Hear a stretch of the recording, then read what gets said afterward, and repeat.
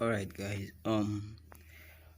Welcome to EDM 311 class.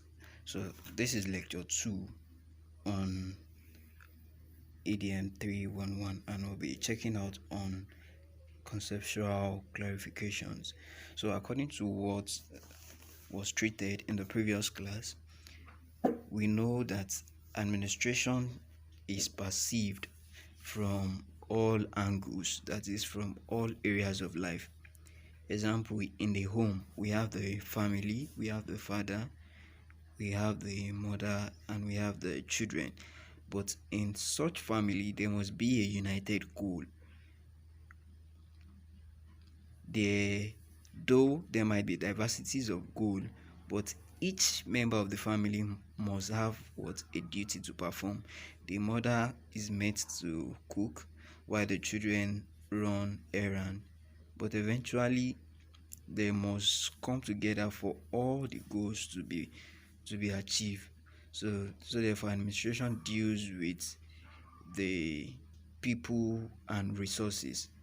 So administration deals with people and resources. Example, let's say we have in a football team, all the 11 players have one specific objective, that is, they have one specific goal, and that is to score.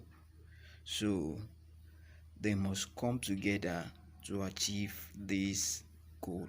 This is what administration is all about.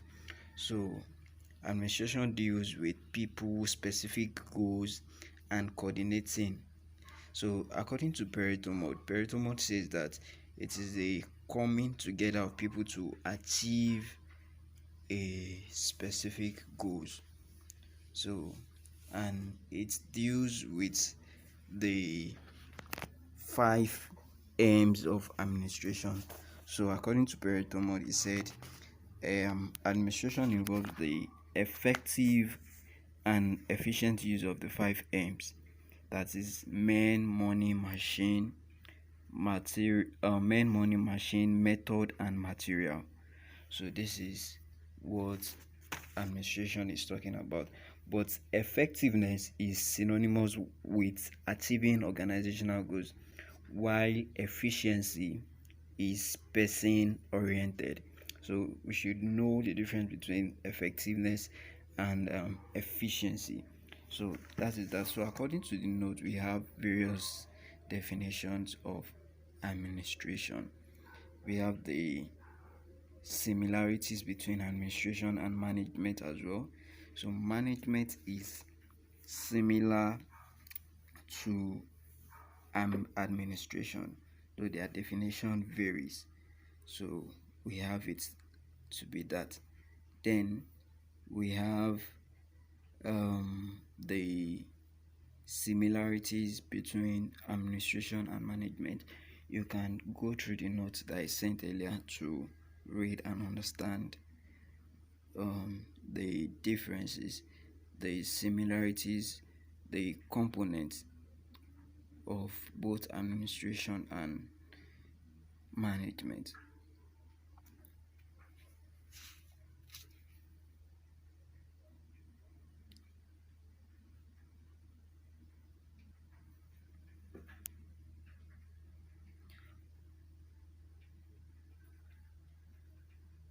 All right, so let's move to the concept of educational administration and management, as defined in the note that education is a process of imparting knowledge, skills, attitude, values, and aptitude. So that is the definition of education. So in a sociological perspective, education is described as the transmission of culture from one generation to another generation. So we also have the educational administration. Educational administration in the sense that the use of education in administration. So we have educational administration, we also have educational management. So educational administration is described as a professional field of study or practice that involves the application of various principles, taxonomies, and theories of management. Of course, you should be able to differentiate between administration and management before moving to the educational administration and educational management. And you should be able to know the similarities. A very good similarity between administration and management is the two concepts are concerned with an organization. That is, they have an organization to run through. You understand? So, and again, both make use of human and material resources. Human and material resources as like the machine. Machine is a material resources, falls under machine. That is, we have the physical resources, while human resources, that's men. From the 5 M's of administration: the men, the money, the machine, and the material. The men, which stand for the people, then money, that's financial resources, then machine, that's a physical resource, then material, we have the material resources, then we have the method as well. So when we say human resources, we are referring to men. When we say material resources, we are referring to either machine, because machine is a resource on its own, that's a physical resource. So we should note the difference between the similarities and the differences between administration and what and management. So they also make use of material resources as well. Then we move on to the final phase, that is the educational planning. We have the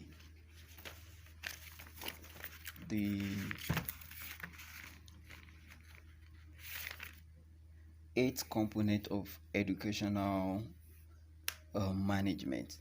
We have 8 components of educational management, and they include the educational planning, educational administration, organization, direction, coordination, supervision, controlling, and evaluation. So those are the 8 components of educational management.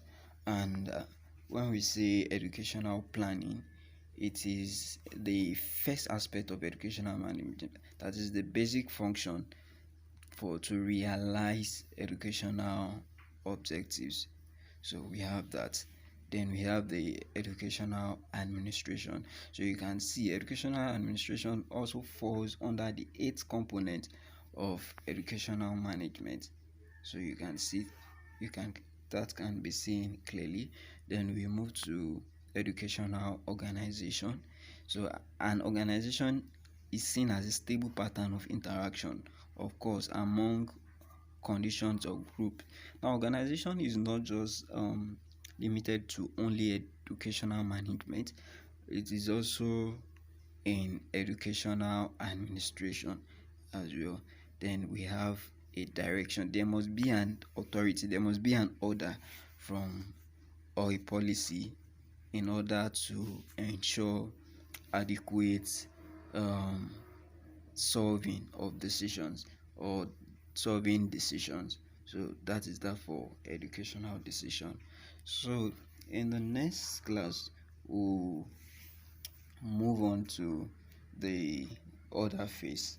Then you can easily read the remaining 8 components of educational management. So we have that of educational planning, educational administration, educational organization, and educational direction. So you can read for educational coordination, educational supervision, educational controlling, and evaluation. Thank you.